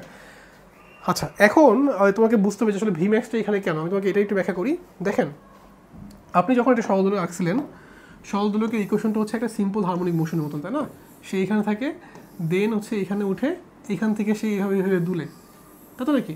আচ্ছা মনে করেন সে সাম্য অবস্থান থেকে সর্বোচ্চ বিস্তার গেছে হচ্ছে এ, আমি ধরলাম এটা হচ্ছে সর্বোচ্চ বিস্তার হচ্ছে plus a, then say x is equal to plus a, তাহলে এখানে কী হবে x is equal to, a পাশে কী হবে x is equal to minus a. যদি বাতাসের বাধা না থাকে বা বাহ্যিক কোনো কারণ না থাকে তাহলে কিন্তু ববটা অসীম সময় ধরে এভাবে দুলতে থাকবে, তাই না? আচ্ছা, তো এখন যদি সিম্পল হার্মোনিক মোশন হয় তাহলে সেক্ষেত্রে এক্স ইজ ইকুয়াল টু অবশ্যই এ সাইন ওমেগা টি ফলো করবে, কারণ সেই গতিপথের এক দিকে যাচ্ছে হচ্ছে এক সময়, বাকি ওদিকে যাচ্ছে হচ্ছে আরেক সময়, সো সাইন ওমেগা ফলো করবে। এক্ষেত্রে ভি সমান আমরা কী শিখছিলাম, omega root over of a square বিয়োগ এক্স স্কোয়ার। এটা হচ্ছে সাম্য অবস্থান, এটা হচ্ছে এক্স ইকুয়ালস টু 0। এখন তাকাও, যখন সাম্য অবস্থা থাকবে তুমি এক্স এর মানটা 0 বসাও, দেখো তো ভি ইজ ইকুয়াল টু কী আসে, ওমেগা আসে না? তাহলে এটা হচ্ছে আমাদের ম্যাক্সিমাম, এটা হচ্ছে আমাদের ম্যাক্সিমাম ওমেগা, এটা হচ্ছে ম্যাক্সিমাম বেগ। কখন? যখন এক্স এর মানটা 0, তুমি এক্স এর মানটা এখানে 0 বসায় দাও, দেখো আমরা ম্যাক্সিমাম বেগটা পেয়ে যাচ্ছি। আচ্ছা, একইভাবে দেখো যখন সে সাম্য অবস্থানে মানে বিস্তারে আসবে, হয় এখানে অথবা এখানে আসবে, দেখো ভি এর মানটা কী আসবে, 0 আসবে। তাহলে এটা হচ্ছে আমাদের মিনিমাম ভেলোসিটি। তাহলে বলো মিনিমাম ভেলোসিটি কোথায় কাজ করে? বিস্তারে। বিস্তারে গেলে ভেলোসিটি কী হয়ে যায়, 0 হয়ে যায়, তাহলে সেখানে মিনিমাম। কারণ তুমি দেখো যখন তুমি এখানে ফার্স্ট তখন ভেলোসিটি 0, যাচ্ছে যাচ্ছে বেগ বাড়তে বাড়তে আস্তে আস্তে কিন্তু বেগ কমবে, কমতে কমতে এখানে কিন্তু 0 হবে, আবার কিন্তু বেগ বাড়বে, বাড়তে ম্যাক্সিমাম, আবার কিন্তু কমতে কমতে 0। তাহলে ম্যাক্সিমাম বেগ কোথায় কাজ করছে? ম্যাক্সিমাম বেগ কাজ করছে হচ্ছে আমাদের সাম্য অবস্থানে, আর মিনিমাম কোথায়? মিনিমাম হচ্ছে বিস্তারে, দুই বিস্তারে মিনিমাম বেগ কাজ করে। সবাই একটু ক্লিয়ার? আচ্ছা, এবার দেখো আমরা এখান থেকে শিখছিলাম যে এ ইজ ইকুয়াল টু হচ্ছে মাইনাস ওমেগা স্কোয়ার এক্স, আমরা এটা আগে শিখছি। এখন যখন তুমি এক্স এর মান 0 বসাবা, দেখো তো ত্বরণের মানটা কি আসে, 0। এটাই কিন্তু আমাদের মিনিমাম ত্বরণ, কারণ এই পয়েন্টে ত্বরণটা 0, দেখছেন? আচ্ছা, আর ম্যাক্সিমাম ত্বরণ কোথায় দেখেন তো? ম্যাক্সিমাম ত্বরণটা হচ্ছে মাইনাস ওমেগা স্কোয়ার এ, মানে বিস্তারে। তাহলে যখন সে এইখানে উঠবে ত্বরণটা হচ্ছে ম্যাক্সিমাম কাজ করবে। তুমি প্র্যাকটিক্যালি চিন্তা করো, একটা গাড়ি মনে করো পাহাড়ের উপর উঠবে, তাহলে প্রথমে যখন সে উঠবে তার কিন্তু ভেলোসিটি খুব বেশি, মানে তার কিন্তু অ্যাক্সিলারেশন খুব বেশি দেওয়া লাগবে না। কিন্তু যত সে উপরের দিকে উঠতে থাকবে, একদম পাহাড়ে চড়ে ওঠার সময় তার কিন্তু বেশি পরিমাণে অ্যাক্সিলারেশন দেওয়া লাগবে, মানে দেখবে যে বেশি ধোঁয়া বেরোচ্ছে, তার মানে কি তাকে বেশি কষ্ট করতে হচ্ছে, তাহলে ওই পয়েন্টে কিন্তু অ্যাক্সিলারেশনটা কী হবে, বেশি দেওয়া লাগবে। তাহলে এখানে কিন্তু অ্যাক্সিলারেশনটা বেশি, বাট ভেলোসিটি কিন্তু কি 0, দেখছেন? তাহলে আস্তে আস্তে কিন্তু ভেলোসিটি কমে যায়, বাট অ্যাক্সিলারেশন কিন্তু বাড়ে, বুঝছেন? তাহলে এটা তোমাকে একটু নেগেটিভ অ্যাক্সিলারেশন কিন্তু এটা, দেখছেন? কারণ ভেলোসিটি কমে যাচ্ছে। সো আমাদের এটা বুঝতে হবে যে আসলে এই পয়েন্টে অ্যাক্সিলারেশন হচ্ছে ম্যাক্সিমাম, এই পয়েন্টে হচ্ছে অ্যাক্সিলারেশন ম্যাক্সিমাম, কিন্তু এখানে হচ্ছে অ্যাক্সিলারেশন কি 0। সবাই ক্লিয়ার? তাহলে আমরা কিন্তু একটু আগে যে ম্যাথটা করলাম, দেখেন এখানে কিন্তু ভি ম্যাক্স বলতে পারি, কারণ এই পয়েন্টে ভেলোসিটি হচ্ছে আমাদের ম্যাক্সিমাম ভেলোসিটি। সো আমরা এখানে কিন্তু লিখে ফেলছি ভি ম্যাক্সিমাম। সো তোমাকে যদি কোশ্চেনে বলে যে একটা সরলদোলক দিয়ে আছে, একটা বব দিয়ে আছে, দেন ববটা সাম্য অবস্থান থেকে এক্স মিটার দূরে আছে, তাহলে তুমি সেক্ষেত্রে তোমাকে বলো যে ম্যাক্সিমাম বেগ বের করে দাও, জাস্ট তুমি এই কোশ্চেন বসাই দিবা, তুমি মান পেয়ে যাবা। আর তোমার যদি মনে না থাকে তাহলে তুমি অবশ্যই এভাবে সুন্দর করে ডেরিভেশন করে তবে মানটা বের করে নিবা, ঠিক আছে? কারণ আমাদের তো সবসময় ইকুয়েশন মনে নাও থাকতে পারে, আমাদের বেসিকটা মনে রাখলাম। সবাই ক্লিয়ার? আচ্ছা, যদি কোশ্চেনে এরকম দেয় যে ববটি সাম্য অবস্থান থেকে থিটা কোণে আছে, আগে দিছিল হচ্ছে কি এক্স মিটার দূরে, এখন দিছে থিটা কোণে, তাহলে আমি কি করবো দেখেন, আমি এই যে একটা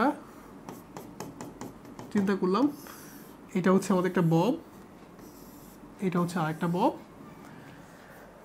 এখন ওখানে তোমার কি আগে দিছিল কিন্তু এটা ও, এটা এ, এটা বি, আগে দিয়েছিল এক্স, কিন্তু এখন দিয়ে আছে কোশ্চেনে থিটা। কি করছে? থিটা করে সরে আসে। ওকে, তাহলে আমরা একটা কাজ করি, আমরা এখানে একটা আমরা লম্ব রেখে এখানে, এবং সেটার নাম দিয়ে হচ্ছে আমরা বি ডি দিলাম, ঠিক আছে? বলো, আমি যে বলবো যে বি পয়েন্টে কী শক্তি, বি পয়েন্টে হচ্ছে আমাদের বিভব শক্তি EP, EP is equal to m g h. এই এইচের জায়গায় আমরা কত লিখবো বলেন তো? আমরা এইচের জায়গায় লিখবো হচ্ছে জাস্ট এডি, এ থেকে ডি এর দূরত্ব, এইটুকু হচ্ছে আমাদের এইচের মান, এইটুকু হচ্ছে আমাদের কি এইচ এর মান। আচ্ছা, এখন আমি যে এডি সমান লিখবো, এডি সমান যে আমি এইচ লিখবো, এটা কিন্তু অবশ্যই কি বলেন তো, ও এ মাইনাস এডি। আচ্ছা, আমি কিন্তু প্রথমে ধরে নিছি যে ও এ ইজ ইকুয়াল টু হচ্ছে ও বি ইজ ইকুয়াল টু কার্যকরী দৈর্ঘ্য এল, এটা কিন্তু আমরা প্রথমে বলে নিছি যে এটা হচ্ছে কার্যকরী দৈর্ঘ্য, জাস্ট ভ্যালু বসাও এল মাইনাস, দেখো এডি যখন আমি বের করব, একটু ভুল লিখছি, ও এ মাইনাস ওডি, এটা হচ্ছে ও এ মাইনাস ওডি। আচ্ছা, ওডিটা কি খেয়াল করো, ওডি, এই যে ওডি, এটা হচ্ছে এই ত্রিভুজের সবসময় খেয়াল রাখবে কোন সবসময় ভূমি এবং অতিভুজের মাঝখানে হয়, কার মাঝখানে ভূমি আর অতিভুজ। তাহলে এটা হচ্ছে লম্ব, তাহলে এটা হচ্ছে ভূমি, এটা হচ্ছে লম্ব, এটা হচ্ছে অতিভুজ। তাহলে কি আমি বলতে পারি না যে ও ডি ভাগ ও বি ইজ ইকুয়াল টু হচ্ছে কস থিটা। তাহলে ও ডি ইজ ইকুয়াল টু কি আসে এল কস থিটা। দেখো আমি এরকম বলতে পারি, জাস্ট এখানে আসে হচ্ছে এল কস থিটা। সো আমাদের এল কমন নিলে 1 মাইনাস কস থিটা। আরও সুন্দর করে লিখলে l into 2 sine square theta by 2। তোমাদের কি মনে আছে ত্রিকোণমিতি তোমরা শিখছিলে এটা, সেই জিনিসটাই কিন্তু আমি এখানে লিখছি, দেখছেন। তাহলে আগের কোশ্চেনে কিন্তু আমাদের দেওয়া ছিল হচ্ছে যখন সে এক্স মিটার দূরে থাকে, এক্স মিটার দূরে থাকে, আমি কিন্তু এখান থেকে বের করছিলাম যে এইচ এর মানটা। বাট এখন কিন্তু কোশ্চেনে কি দিছে আমাদেরকে থিটা করে দূরে আসে। আচ্ছা এখন আমি তো এডি বাই এইচ পাইলাম, কিন্তু আমাদের কোশ্চেনে আসলে বলতে পারে যে ম্যাক্সিমাম বেগ বের করে দাও। তাহলে ম্যাক্সিমাম বেগটা কোথায় কাজ করবে, এ পয়েন্টে। তাহলে আমি বলতে পারি যে হাফ এম ভি ম্যাক্সের উপরে স্কোয়ার ইজ ইকুয়াল টু হচ্ছে এম জি এইচ। আগের মতনই এম কাটলাম, এখান থেকে তুমি ভি ম্যাক্সটা পেয়ে যাবা, কিন্তু তোমাকে এইচ এর মানটা অবশ্যই এখান থেকে নিয়ে আসতে হবে, বুঝছেন। তাহলে কোণ দিলে আপনাকে কিন্তু এইভাবে চিন্তা করতে হবে, যখন তোমাকে বলবে সাম্যাবস্থান থেকে সে থিটা কোণে সরে আসে, বা সাম্যাবস্থান থেকে একটা কোণ দিয়ে দিবে, তখন তোমাকে বলবে। বা যদি স্মরণ দেয় তখন তোমাকে আগের নিয়মে করতে হবে। সবাইকে এই নিয়মটা বুঝতে পারছি? তাহলে এটা নিয়ে আমাদের কোনো কোশ্চেন নাই। ওকে, আমরা নেক্সট টপিক্সে যাই। স্প্রিং। দেখেন স্প্রিং কিন্তু একটা সিম্পল হারমোনিক মোশন। কেন? দেখেন প্রথম কথা হচ্ছে সে গতিপথটা হচ্ছে সরল রৈখিক, সরল রৈখিক। তার সাম্যাবস্থানের অর্ধেক সময় সে একদিকে থাকে, বাকি অর্ধেক সময় কিন্তু সে আরেকদিকে থাকে। তো একটু জিনিস বোঝার চেষ্টা করো। আমি তোমাকে কিন্তু স্প্রিংটা এঁকে দেখাই। দেখো আমি একটা স্প্রিং তোমাকে এঁকে দেখাচ্ছি। মনে করো একটা স্প্রিং, এই যে একটা স্প্রিং আমি আঁকছি, এখান থেকে ঝোলা দিছি, এই যে এখান থেকে ঝোলা দিছি। মনে করো তুমি একটা ওয়েট নিয়ে এখানে সে সাম্যাবস্থায় আছে, এই যে ওয়েটটা হচ্ছে আমাদের এম, এবং এই জায়গাটা হচ্ছে আমাদের সাম্যাবস্থান, এই জায়গাটা হচ্ছে কি আমাদের সাম্যাবস্থান, এই জায়গাটা হচ্ছে সাম্যাবস্থান। এখানে হচ্ছে এক্স ইকুয়ালস টু 0। আচ্ছা এবার আমি এইখানে একটা পয়েন্ট চিন্তা করলাম, আমি কি করলাম ওই স্প্রিংটাকে আমি একটু টান দিলাম, ভাই কি করলাম টান দিলাম, টান দিয়ে এখানে ধরে ছেড়ে দিলাম। এই যে দেখেন আমি আগে তো ছিল স্প্রিংয়ের জায়গায় ছিল, এই যে এইখান থেকে এতটুকু আমি টান দিছি, এক্স ইকুয়াল টু প্লাস এ টান দিছি, দিলে ও কি আর এখানে এখন থাকবে? দেখেন তো ওর প্রত্যয়নী বলের কারণে ও কী করবে, আবার উপরের দিকে চলে যাবে। কিন্তু উপরের দিকে গেলেও কি আবার উপরে যেতে পারবে না, কিন্তু আবার কিন্তু নিচে ব্যাক করবে। তাহলে সেক্ষেত্রে যেটা হচ্ছে দেখো আমাদের ছবিটা কেমন দেখাবে, এই যে সে হয়তো এইটুকু পর্যন্ত উঠবে, এইটুকু হচ্ছে আমাদের এক্স ইকুয়াল টু মাইনাস এ। তাহলে এইভাবে কিন্তু স্প্রিংটা কন্টিনিউয়াসলি একটা সিম্পল হারমোনিক মোশনে কী করবে, দুলতে থাকবে। দেখেন তো আপনারা বুঝছেন কিনা? এই যে এভাবে একটা সিম্পল হারমোনিক মোশন দিয়ে সে কী করবে,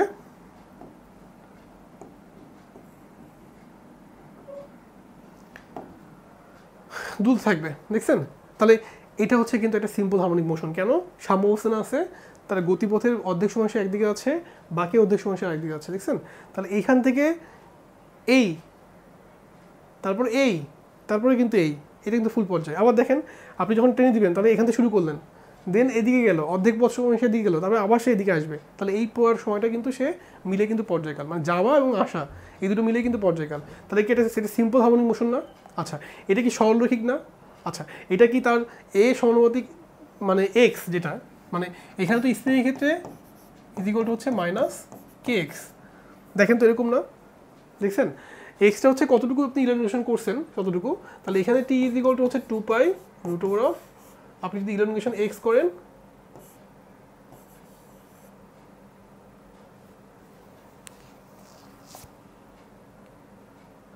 এক্স বাই জি, না একটু ভুল হয়েছে, এম বাই কে।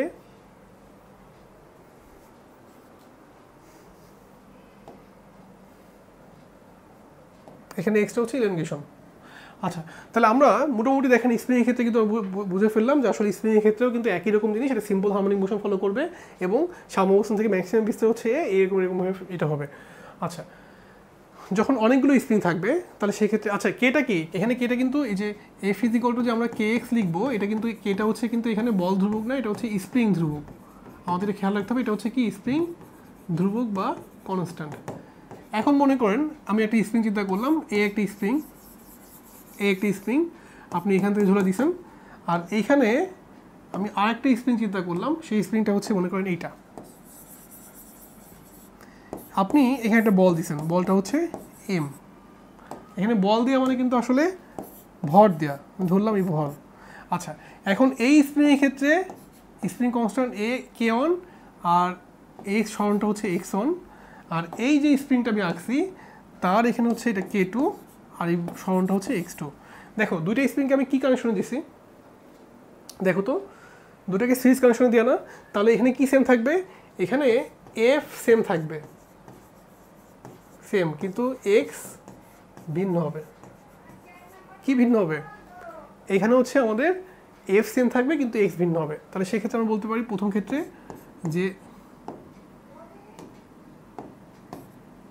আমরা বলতে পারি যে এফ ইজ ইকুয়াল টু হচ্ছে কে ওয়ান এক্স ওয়ান, আমরা বলতে পারি যে এফ ইজ ইকুয়াল টু হচ্ছে কে টু এক্স টু, আর এফ ইজ ইকুয়াল টু হচ্ছে কে এস এক্স। দেখেন তো এটা বুঝছেন কিনা। আচ্ছা, আলটিমেটলি এই স্প্রিং দুটো মিলে কতটুকু প্রসারিত হবে, সেটা হচ্ছে এক্স ইজ ইকুয়াল টু হচ্ছে x one plus x two, এতটুকু প্রসারিত হবে। তুমি যখন বলটাকে ঝুলাই দিবা তখন এই স্প্রিংটা একটু প্রসারিত হবে, এই স্প্রিংটাও কিন্তু একটু প্রসারিত হবে, তাহলে আলটিমেটলি কতটুকু হবে, x one plus x two. Just value বসো এখানে, f by k is equal to হচ্ছে f by k one plus f by k two. So এখান থেকে থাকে one by k s is equal to one by k one plus one by k two. দেখেন আমি কিন্তু এখান থেকে easily স্প্রিংয়ের ক্ষেত্রে স্প্রিং ধ্রুব কে এস এর মানটা পেয়ে গেলাম, just one by k s is equal to one by k one plus one by k two. দেখছেন খুবই সোজা না। আমি যদি এভাবে চিন্তা করি যে স্প্রিংয়ের ক্ষেত্রে যখন তোমার দুটো সিরিজ কানেকশনে থাকবে সেক্ষেত্রে তুল্য স্প্রিং কনস্ট্যান্ট হবে হচ্ছে one by k one plus one by k two. তোমাদেরকে মনে আছে আমরা ক্যাপাসিটারের ক্ষেত্রে শিখছিলাম সেই সেম জিনিস, এটা one by c s is equal to হচ্ছে one by c one plus one by c two. রোধের কিন্তু উল্টা, ঠিক আছে, তোমরা একটু এটা খেয়াল রাখবা, ঠিক আছে। ক্যাপাসিটারের ক্ষেত্রে এটা সেম, ক্যাপাসিটার স্প্রিং আসলে সেম, ক্যাপাসিটার চার্জ জমা করে আর স্প্রিং হচ্ছে বিভব শক্তি জমা করে, ঠিক আছে, এই জন্য এটা সেম থাকে। আচ্ছা, তাহলে আমরা কি বুঝলাম এটা এটা কি কানেকশন দিলাম আমরা, এটা হচ্ছে যখন স্প্রিংটা কি থাকবে, যখন সিরিজ সিরিজ সিরিজ কানেকশনে থাকবে তখন হচ্ছে এই কন্ডিশন। আচ্ছা, যদি স্প্রিংটা সিরিজ কানেকশন না, যদি প্যারালাল কানেকশনে থাকে, মনে করো আমি এই পয়েন্ট থেকে দুইটা স্প্রিংকে ধরে দিব, এই একটা স্প্রিং আর আমি হচ্ছে আরেকটা স্প্রিং দিব, মনে করেন হচ্ছে এই একটা স্প্রিং।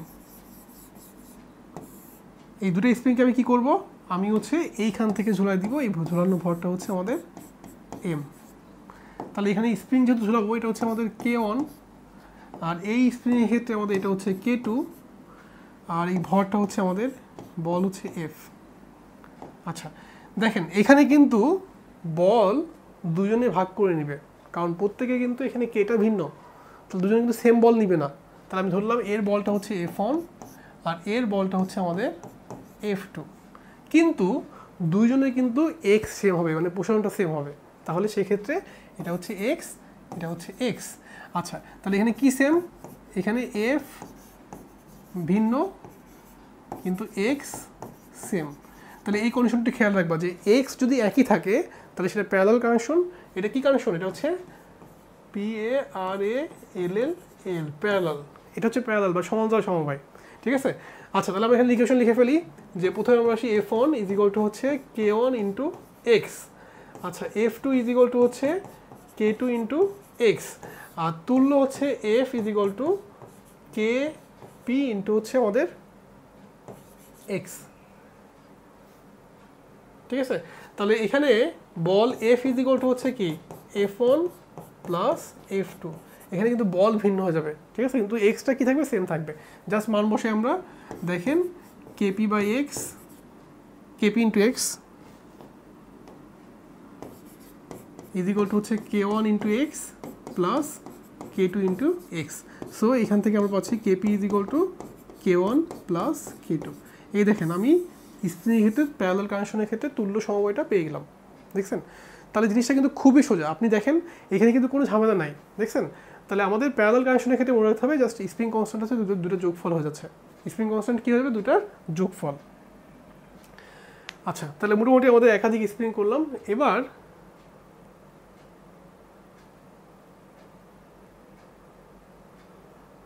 স্প্রিংকে কেটে ফেললে কি হয়?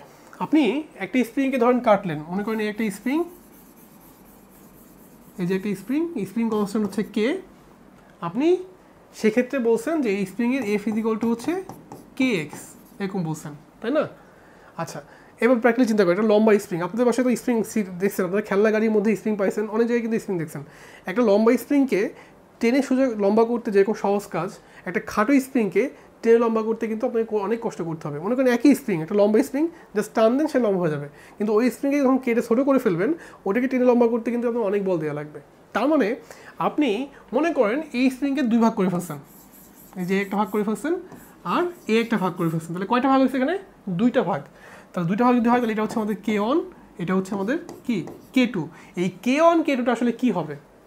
এটা আসলে হবে হচ্ছে, দেখেন, যদি আপনি অর্ধেক করে ফেলেন তাহলে এটা আসলে 1:1 অনুপাতে ভাগ করছেন, তাহলে কে ওয়ানটা হবে হচ্ছে জাস্ট 1+1 ভাগ এর পরিমাণ ইন্টু হচ্ছে 1 কে।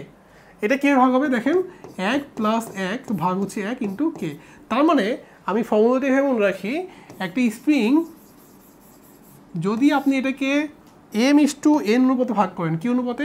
m/n অনুপাতে ভাগ করেন, যদি এর স্প্রিং কনস্ট্যান্ট কে হয়, তাহলে যেটা ভাগ করছেন এটা হচ্ছে m আর এটা হচ্ছে কি n। এটাকে আমি m ধরলাম, এটাকে আমি n ধরলাম, এটাকে আমি কে ধরলাম, এটাকে কে ধরলাম, তাহলে কে ওয়ানটা হবে হচ্ছে জাস্ট m+n ভাগ হচ্ছে m ইন্টু হচ্ছে কে, আর কে টু হবে হচ্ছে জাস্ট m+n ভাগ হচ্ছে n ইন্টু কে। আপনি এটা মনে রাখবেন, জাস্ট এই ফর্মুলাতে করতে পারবেন। এখন আপনাদের বইয়ে ম্যাক্সিমামে কী করে অর্ধেক করে ফেলে, তাহলে স্প্রিং কনস্ট্যান্ট কি দ্বিগুণ হয়ে যায়। আর যদি আপনি 3 ভাগ করেন তাহলে স্প্রিং কনস্ট্যান্ট কি 3 ভাগ হয়ে যাবে, 3 গুণ হয়ে যাবে। সো আপনি যতভাবে ভাগ করবেন স্প্রিং কনস্ট্যান্ট তত ভাগ হয়ে যাবে। বাট যদি আমাদের কোশ্চেনটা একটু পেঁচায় দেয়, যদি বলে যে আমি স্প্রিংটাকে m/n অনুপাতে ভাগ করলাম, এরকম অঙ্ক আমি দেখবো, তাহলে সেক্ষেত্রে আপনাকে স্প্রিং কনস্ট্যান্ট হচ্ছে m+n ভাগ হচ্ছে ওর অনুপাতটা ইন্টু কে। কেটা হচ্ছে মেইন স্প্রিংটার স্প্রিং ধ্রুবকটা। ওকে, তাহলে মোটামুটি আমরা স্প্রিং নিয়ে অনেক কথাবার্তা বললাম। আমরা এর পরের ক্লাসে হচ্ছে এইটারই বিভিন্ন মানে ভাগ, বিভিন্ন বিভিন্ন বিভিন্ন টপিক্সের উপরে যে ম্যাথগুলো করবো সেগুলো দেখবো। আজকে আমরা মোটামুটি বেসিক আমার থিওরিগুলো আলোচনা করলাম, মোটামুটি আমাদের অনেকগুলো থিওরি দেখানো হয়ে গেছে। সো আমরা এর পরের ক্লাসে জাস্ট এই থিওরিটার ইমপ্লিমেন্ট করে আমরা ম্যাথগুলো করব, বিভিন্ন বোর্ড পরীক্ষায় যে ম্যাথগুলো আসে সেগুলো করবো, এবং আমাদের অ্যাডমিশন টেস্টে যে ম্যাথগুলো আসছে সেগুলো নিয়ে হচ্ছে আমরা কথাবার্তা বলবো। সো আমাদের আজকের ক্লাসটা এতটুকু পর্যন্ত। নেক্সট ক্লাসে সবাইকে দেখা হবে। সবাই আমার চ্যানেলটা সাবস্ক্রাইব করে রাখবেন। আমি এই চ্যানেলটাতে হচ্ছে রেগুলার ফিজিক্স কেমিস্ট্রি ম্যাথের এইচএসসি এবং অ্যাডমিশনের জন্য যা যা লাগবে সবগুলো নিয়ে আলোচনা করব। থ্যাংক ইউ সবাইকে। আসসালামু আলাইকুম।